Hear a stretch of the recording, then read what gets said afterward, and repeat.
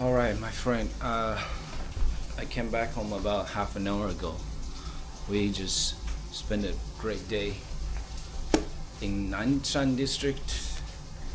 We went to a running event and had lunch at a Shanghai noodle restaurant, and I had 3 bowls of noodles, and my stomach is still feeling stuffed till this moment. And I also had some dumplings. I mean, the xiaolongbao. It's kind of like dumplings wrapped with some rice. I mean, flour, but there is pork meat and crab meat in it, with a little bit soup. It's a very popular dish from Shanghai. And in the afternoon, we went to get a hair wash and a head massage at a salon. It was very satisfying, and I took a nap there while getting a massage. And then we went to a shopping mall and got some tea there, Chaoshan, Ganlan. I believe it's called Indian gooseberry, Indian gooseberry juice. And then we come back home. I'm going to read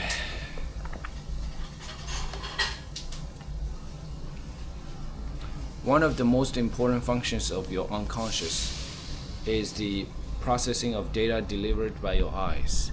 That's because whether hunting or gathering, an animal that sees better, eats better, and avoids danger more effectively, and hence lives longer.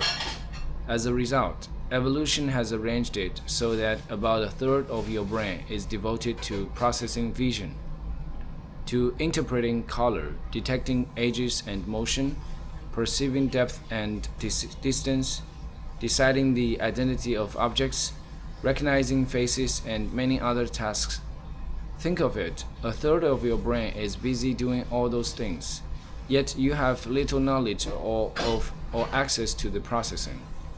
All that hard work proceeds outside of your awareness, and then the result is offered to your conscious mind in a neat report, with the data digested and interpreted. As a result, you never have to bother figuring out what it means if these rods or those cones in your retinas absorb this or that number of photons, or to translate optic nerve data into a spatial distribution of light intensities and frequencies, and then into shapes, spatial positions, and meaning. Instead, while your unconscious mind is working feverishly to do all those things, you can relax in bed, recognizing seemingly without effort the lighting fixture on the ceiling or the words in this book. Our visual system is not only one of the most important systems within our brain, it is also among the most studied areas in neuroscience. Understanding its workings can shed a lot of light on the way the two tiers of the human mind function together and apart. One of the most fascinating of the studies that neuroscientists have done on the visual system involved a 52-year-old African man referred to in the literature as TN. I've read this part many times. I'm gonna do something else. 你又装上去了？对啊，我要看过。People think that their enjoyment of a product is based on the qualities of the product, but their experience of it is also very much based on the product's marketing, says Rangel. For example, the same beer described in different ways or labeled as different brands or with a different price can taste very different. The same is true for wine, even though people like to believe it's all in the grapes and the winemaker's expertise. Studies have indeed shown that when wines are tested blind, there is little correlation between a wine's taste and its cost, but that there is a strong correlation when the wines are not sampled blind. Since people generally expect higher-priced wine to taste better, Rangel was not surprised when volunteers he recruited to sip a series of wines labeled only by price rated a $90 bottle as better than another wine in the series that was marked as costing just $10. But Rangel had cheated. Those two wines, perceived as disparate, were actually identical. They were both from the $90 bottle.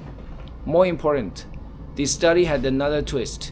The wine testing was conducted while the subjects were having their brains scanned in an fMRI machine. The resulting images showed that the price of the wine increased activity in an area of the brain behind eyes called the orbitofrontal cortex, a region that has been associated with the experience of pleasure. So though the two wines were not different, their taste difference was real, or at least the subject's relative enjoyment of the taste was. How can a brain conclude that one beverage tastes better than another when they are physically the same? The naive view is that sensory signals, such as taste, travel from the sense organ to the region of the brain where they are experienced in a more or less straightforward fashion. But as we all see, brain architecture is not that simple. Though you are unaware of it, when you run cool wine over your tongue, you don't just taste its chemical composition, you also taste its price. The same effect has been demonstrated in the Coke-Pepsi wars, only with regard to brand. The effect was long ago dubbed the Pepsi paradox, referring to the fact that Pepsi consistently beats Coke in blind test. Although people seem to prefer Coke when they know what they are drinking. Over the years, various theories have been proposed to explain this. One obvious explanation is the effect of the brand name.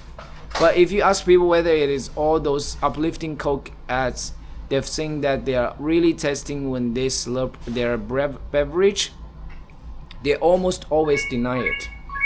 In the early 2000s, however, new brain imaging studies found evidence that an area of the brain that neighbors the orbitofrontal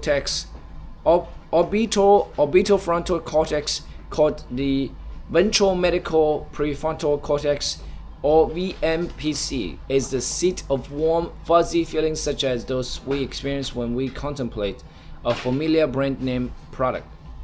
In 2007, researchers recruited a group of participants whose brain scans showed significant VMPC damage, and also a group whose VMPCs were healthy.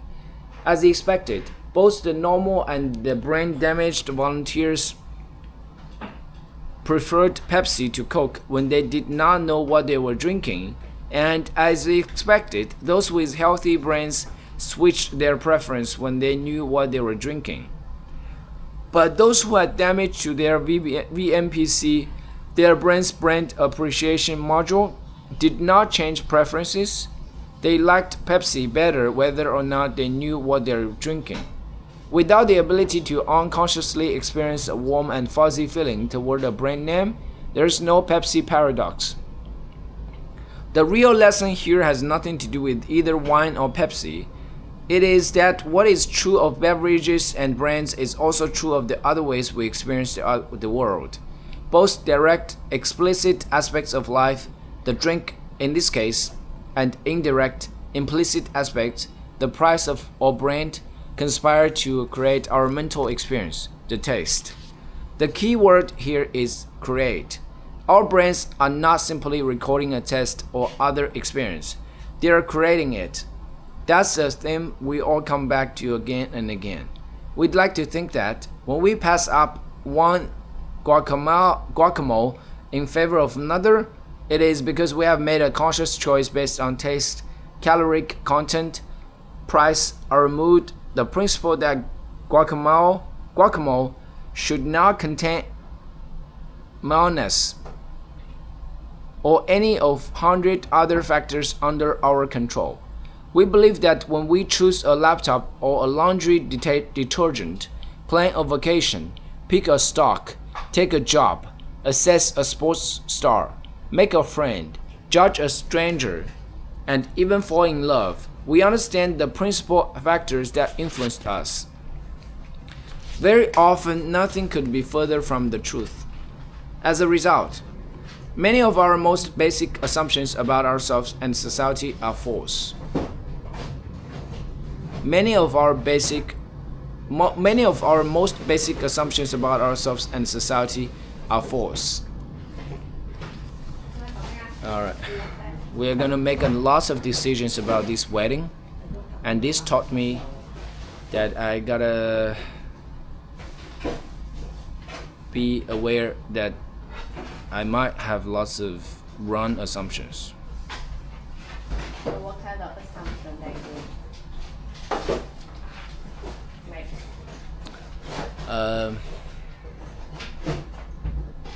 停止录像。